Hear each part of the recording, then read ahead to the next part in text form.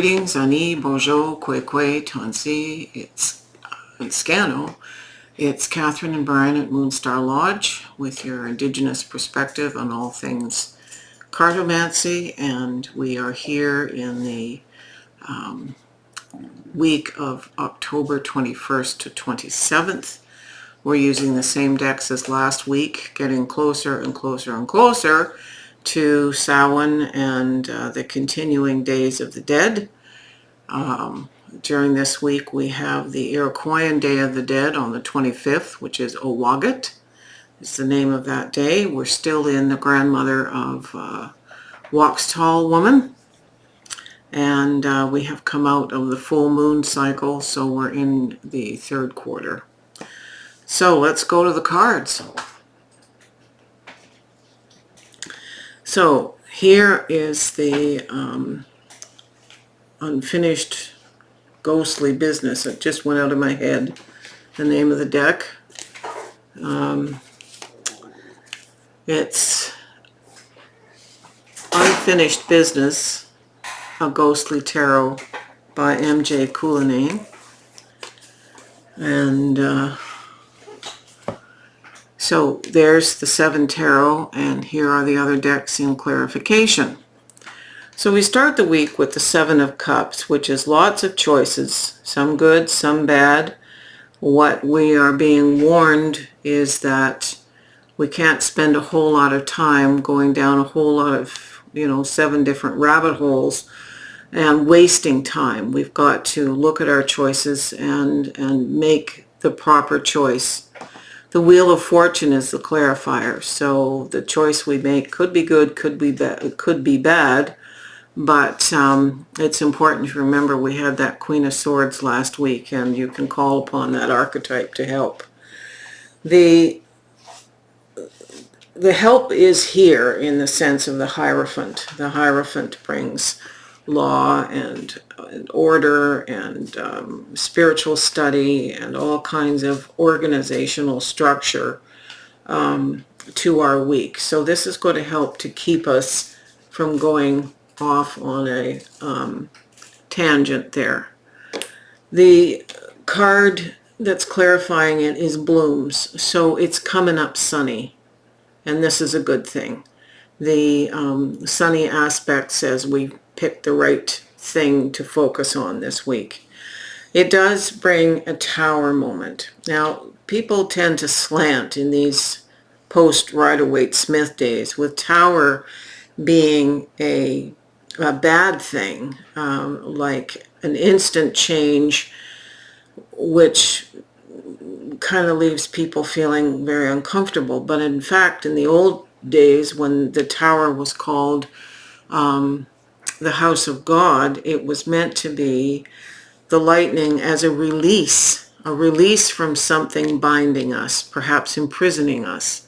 So it is enlightenment in a sense. It is a release.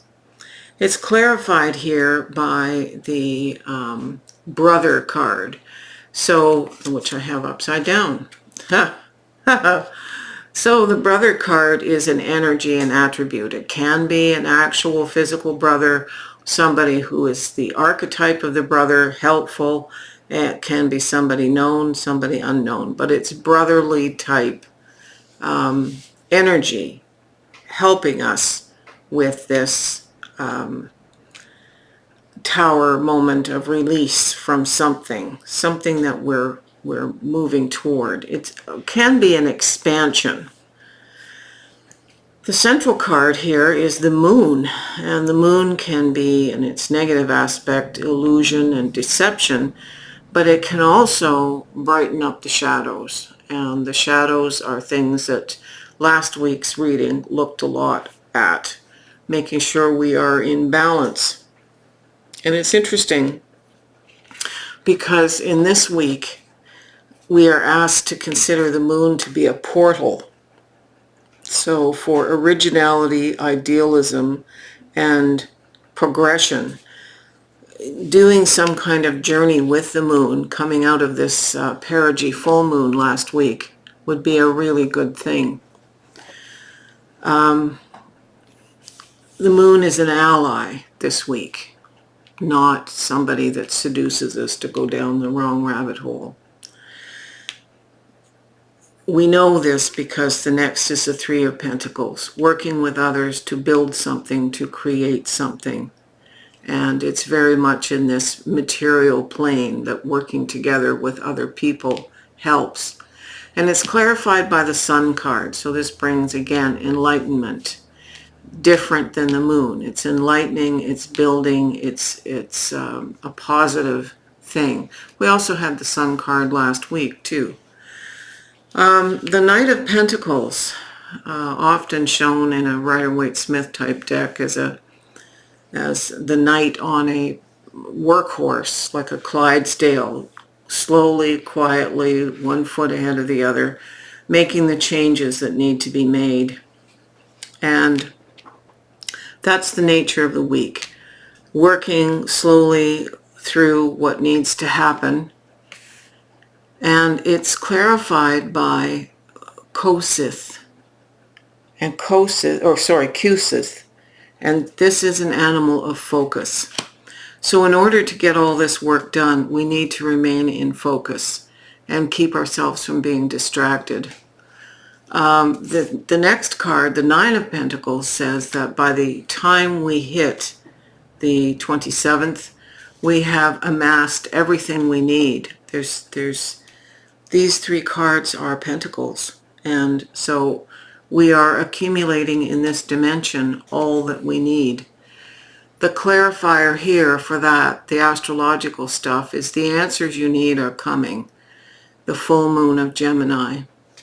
So I'm going to ask Brian to douse whether what we're doing this week gets fulfilled by the full moon in Gemini of 2025. So yes. What we're doing now has movement right through till basically June. And last week's reading, it was Taurus. So we're looking at summertime. All the things we're doing last week and this week move us to things which grow and blossom, get birthed by next summer. So, quick reading, but it's pretty clear. I see the similarities, like the sunflowers here and the sunflowers here. I see the sun and the moon. I see the concept of some luck in this moving us to, and again, we've got more flowers here at the end. So, you can flip the camera, Brian. That was a quick one. It was an easy read, but it's pretty clear. We've got to stay focused. We've got to keep our eye on the prize, and it's coming. It's coming, and we are planting for a much bigger part of our life. Lots of karmic stuff, and because this is a collective reading, it's going to impact us differently, each and every one of us. But it's a great opportunity to just nose to the grindstone and get her done. Anyway, we thank you for being with us, and we appreciate all your support. As simple as a thumbs up, and so as liking the video, but also subscribing. And we appreciate that you stick with us week after week and send the coffee. Anyway, aho.